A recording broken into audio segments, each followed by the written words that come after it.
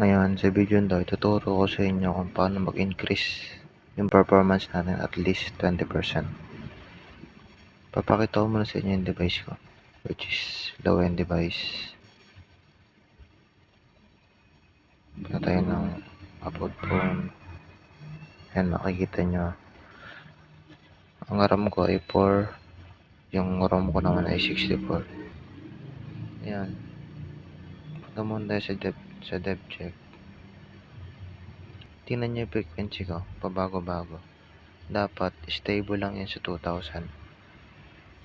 Ayan, punta tayo sa machine app. Buksan natin. Allow lang natin. Ayan. Tapos pindutin natin itong kulay blue. Download nyo na lang itong app na to dyan sa may description. Wait lang natin mag-loading. If ever na lumabas to, click nyo lang yung wait. Ayan. Tapos cancel lang natin. Ayan, punta tayo sa may features. Tapos CPU control. Ayan. Hanapin nyo tong CPU cluster 0 tsaka CPU cluster 1. Magkatabi lang naman yan. Tapos click nyo tong minimum frequency. Sagad nyo lang dito sa may, ito yung normal nya, sa may 500. Sagad nyo lang sa may 2000. Ayan, confirm. Tapos ito naman cluster 1. Sagad naman natin sa may 2000. Ngayon, susubukan naman natin maglaro.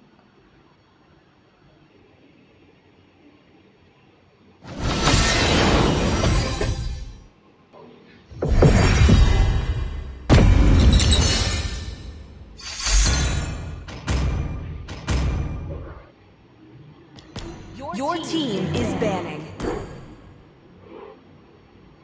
砂漠のガウル。The 私を enemy 待って is た picking.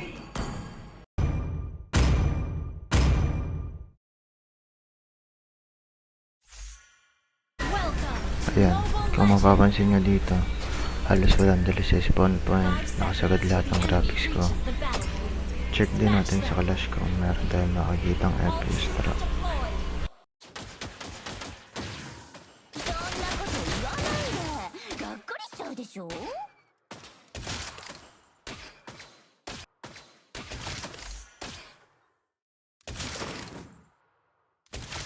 Understood. 私は常に勝つから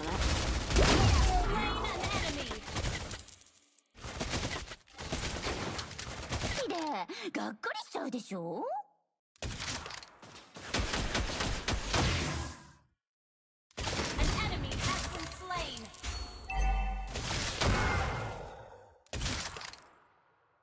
常に一世代先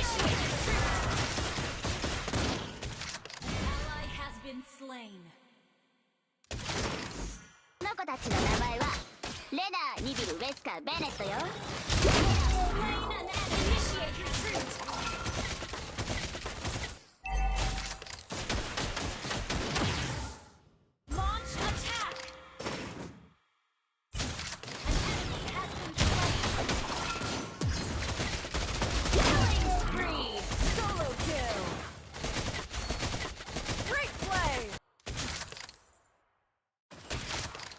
そんなこと言わないでがっかりしちゃうでしょ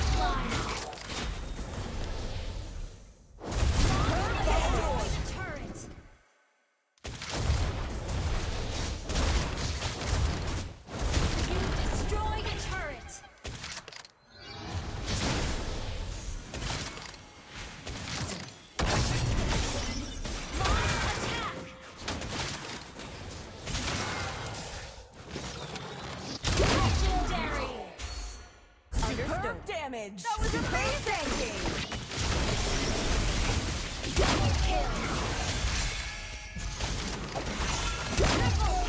Your team destroyed the turret. Mega kill. Team destroyed the turret.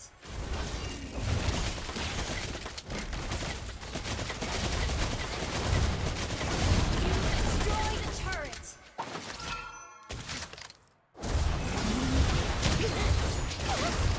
Legendary. So ayan, wala naman ako napansin na malalang FPS drop. Siguro meron konti. Pero hindi na ako mag-expect na sobrang laki kasi nga 4 GB RAM lang yung device natin.